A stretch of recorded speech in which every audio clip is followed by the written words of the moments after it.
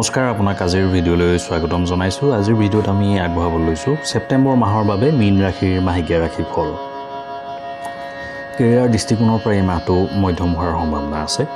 আপুনি সহকৰ্মীসকলৰ পৰা সম্পূৰ্ণ সমৰ্থন পাব। দেৱগুৰু বৃহস্পতি গোটেই মাহটো তৃতীয় স্থানত থাকিব।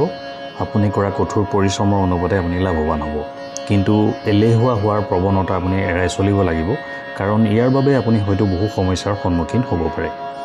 সূৰ্য মাহৰ প্ৰথমাৰ্ধত ষষ্ঠ স্থানত বহিব, যাৰ বাবে আপুনি প্ৰতিপক্ষক পৰাস্ত কৰিব আৰু প্ৰত্যাহ্বানক আওকাণ কৰি কৰ্মক্ষেত্ৰত সফলতা লাভ কৰিব। মাহৰ দ্বিতীয়াৰ্ধত সূৰ্যই সপ্তম স্থানলৈ স্থানান্তৰিত হ'ব, য'ত ইতিমধ্যে কেতু উপস্থিত আছে, যাৰ বাবে চাকৰিত ভাল পদোন্নতিৰ সম্ভাৱনা আছে। মাত্ৰ আপোনাৰ কামৰ উন্নতিৰ দিশত নিৰন্তৰ প্ৰচেষ্টা চলাই থাকিব লাগিব। ব্যৱসায়ী লোকৰ কথা ক'বলৈ গ'লে এই মাহত বহু প্ৰত্যাহ্বানৰ মাজতো আপুনি ভাল লাভ পাব পাৰে। কিছুমান সমস্যাৰ মাজতো আপুনি আপোনাৰ ব্যৱসায়িক অংশীদাৰৰ সৈতে ভাল সম্পৰ্ক বজাই ৰখাত সফল হ'ব আৰু ইয়াৰ ফলত আপোনাৰ ব্যৱসায়ত সফলতাৰ সম্ভাৱনা সৃষ্টি হ'ব।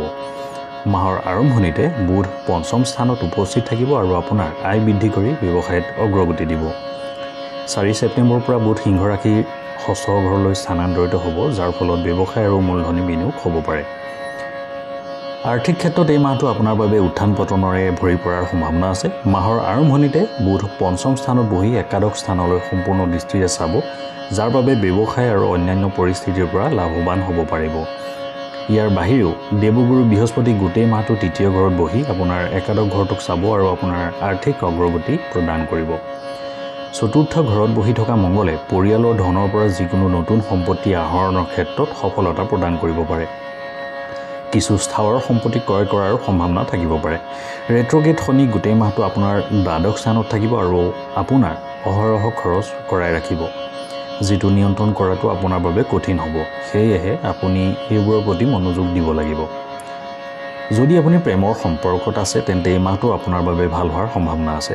মাহৰ আৰম্ভণিতে আপোনাৰ পঞ্চম ঘৰত বুধ উপস্থিত থাকিব, যিয়ে আপোনাৰ প্ৰেমৰ ক্ষেত্ৰত শক্তিশালী কৰিব, কিন্তু আপুনি ইজনে সিজনক নেতিবাচক কথা ক'ব পাৰে আৰু এই সময়ছোৱাত আপোনাৰ এজন বন্ধুৱে সমৰ্থকৰ ভূমিকা পালন কৰিব আৰু আপোনাৰ সম্পৰ্কক উন্নত কৰাত সহায় কৰিব। বিবাহিতসকলৰ বাবে মাহৰ প্ৰথমাৰ্ধত শুক্ৰ আৰু কেতুৱে সপ্তম ঘৰত একেলগে বহিব আৰু তেওঁলোকে মংগল আৰু বৃহস্পতিৰ প্ৰভাৱত থাকিব। সেয়েহে সম্পৰ্কত ৰোমাঞ্চ থাকিব, কিন্তু সন্দেহ আৰু ভুল বুজাবুজিও হ'ব পাৰে। কিন্তু বৃহস্পতিৰ কৃপাত সম্পৰ্ক অক্ষত অৱস্থাত থাকিব। 23 ছেপ্টেম্বৰৰ পৰা সপ্তম স্থানত প্ৰৱেশ কৰি বুধে আপোনাৰ সম্পৰ্কক অধিক শক্তিশালী কৰি তুলিব।